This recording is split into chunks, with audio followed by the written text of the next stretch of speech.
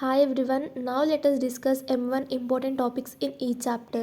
Now let us start with Unit 1. Unit 1 is divided into two parts, 2AB, 3 or 3AB. ఈ రెండిట్లో మనం ఏదైనా ఒకటి అటెంప్ట్ చేయొచ్చు. ఒకవేళ వాళ్ళు 10 మార్క్స్ డైరెక్ట్ సెకండ్ క్వశ్చన్ అన్న థర్డ్ క్వశ్చన్ లాంగ్ కన్నా అడగొచ్చు. And 2A question maximum echelon and normal form నుంచి అడుగుతారు. అండ్ 2B వచ్చేసి గాస్ జార్డన్ లేదంటే గాస్ సైడల్ ఇటరేషన్ మెథడ్ లేకపోతే గయోసియన్ ఈక్వేషన్స్ అని అడగొచ్చు. సో ఈ రెండిట్లో ఇంపార్టెంట్ టాపిక్ ఏదంటే ఎకలాన్ అండ్ నార్మల్ ఫామ్. ఇది ఒకవేళ టఫ్ ప్రాబ్లం వస్తే లాంగ్ క్వశ్చన్ 10 మార్క్స్ కూడా అడగొచ్చు. అండ్ సెకండ్ది బీది ఆప్షనల్, కానీ ఇది నేర్చుకుంటే మీరు రెండు అటెంప్ట్ చేయడానికి ఛాన్స్ ఉంటుంది. నెక్స్ట్ 3A సిస్టమ్ ఈక్వేషన్స్లో మనకి హోమోజీనియస్ నాన్ హోమోజీనియస్ ఉన్నాయి కదా, AX is equals to B, AX is equals to 0. So ఆ 2 క్వశ్చన్స్ నుంచి ఏదన్నా ఒకటి అడగొచ్చు. సో మీరు రెండు నేర్చుకోవడం బెస్ట్. నెక్స్ట్ 3Bలో same echelon form, normal form and 2A 2B కలిపి ఏదన్నా ఒక క్వశ్చన్ అడగొచ్చు. సో ఈ ఫస్ట్ యూనిట్లో మీరు ఈ 4 టాపిక్స్ నేర్చుకుంటే మీరు ఖచ్చితంగా అటెంప్ట్ చేయొచ్చు ఈ క్వశ్చన్.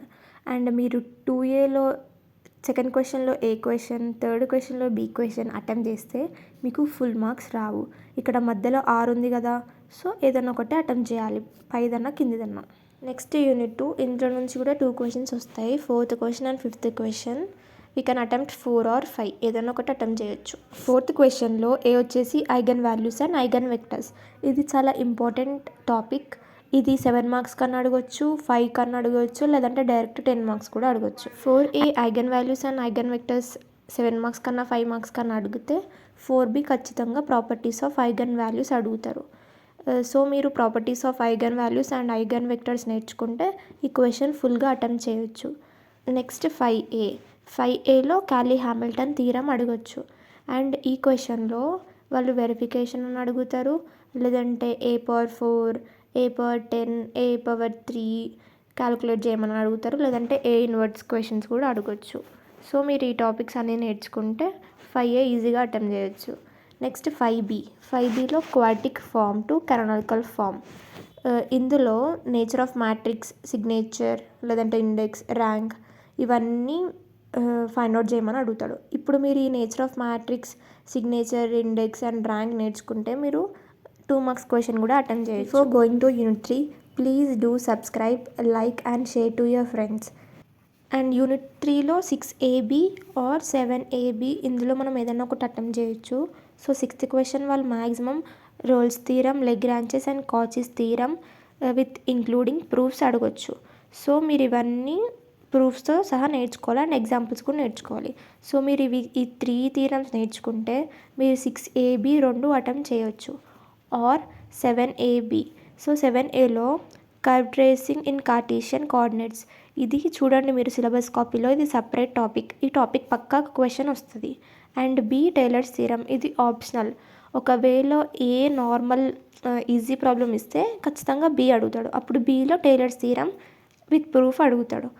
సో మీరు ఈ 4 టాపిక్స్ నేర్చుకుంటే ఖచ్చితంగా యూనిట్ 3 అనేది అటెంప్ట్ చేయొచ్చు. Unit 4 is divided into 2 parts, 8th AB or 9th AB. ఈ 2 క్వశ్చన్స్లో మనం ఏదైనా ఒక క్వశ్చన్ అటెంప్ట్ చేయొచ్చు. సో 8th ABలో వాళ్ళు maximum Euler's theorem, Jacobian, total differences, function dependences and independence, ఈ 4 టాపిక్స్లో ఏదైనా ఒక క్వశ్చన్ పక్కా లాంగ్కి అడుగుతారు, లేదంటే వేరే టాపిక్స్ 5 మార్క్స్కి అడగవచ్చు.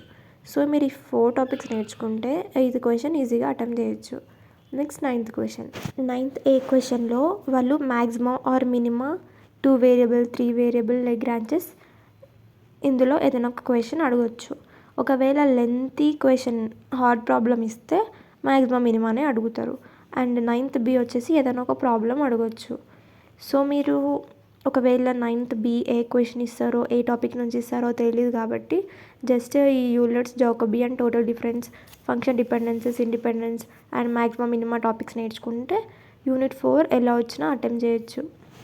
యూనిట్ 5 2 పార్ట్స్గా డివైడ్ అవుతుంది, 10th question and 11th question. 10thలో AB క్వశ్చన్స్ అడిగితే మ్యాక్సిమం ఆ క్వశ్చన్స్ వచ్చేసి x limit, y limit, no limit, boundary conditions and curve, ఈ టాపిక్స్ నుంచి ఖచ్చితంగా 10th AB క్వశ్చన్స్ వస్తాయి. ఖచ్చితంగా లాంగ్కి అడుగుతాడు. అండ్ లెవెంత్ క్వశ్చన్లో polar coordinates or change of order of interval. 11th క్వశ్చన్లో ఈ 2 టాపిక్స్ చాలా ఇంపార్టెంట్. అడిగితే డైరెక్ట్ 10 మార్క్స్ లాంగ్కి కూడా అడగొచ్చు. Next 11th below area, double integral and triple integral ఈ టాపిక్స్ నుంచి ఒక క్వశ్చన్ అడుగుతాడు. ఒకవేళ పోలార్ కోఆర్డినేట్స్ అవి 10 మార్క్స్కి డైరెక్ట్ అడిగితే ఇవేం రావు.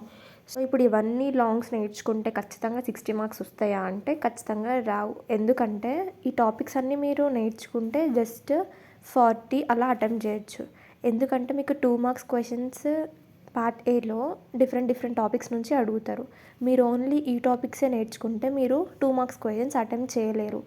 అండ్ ఈ టాపిక్స్ నుంచి వాళ్ళు వాల్యూస్ చేంజ్ చేసి క్వశ్చన్స్ ఎలా అయినా అడగొచ్చు.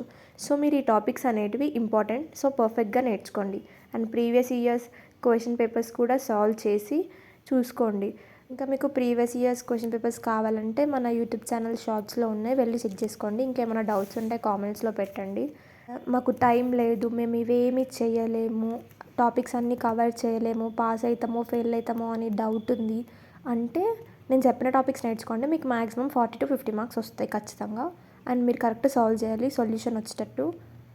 అండ్ మీ ఫ్రెండ్స్కి ఇంకెవరికైనా డౌట్ ఉంటే ఈ వీడియో షేర్ చేయండి.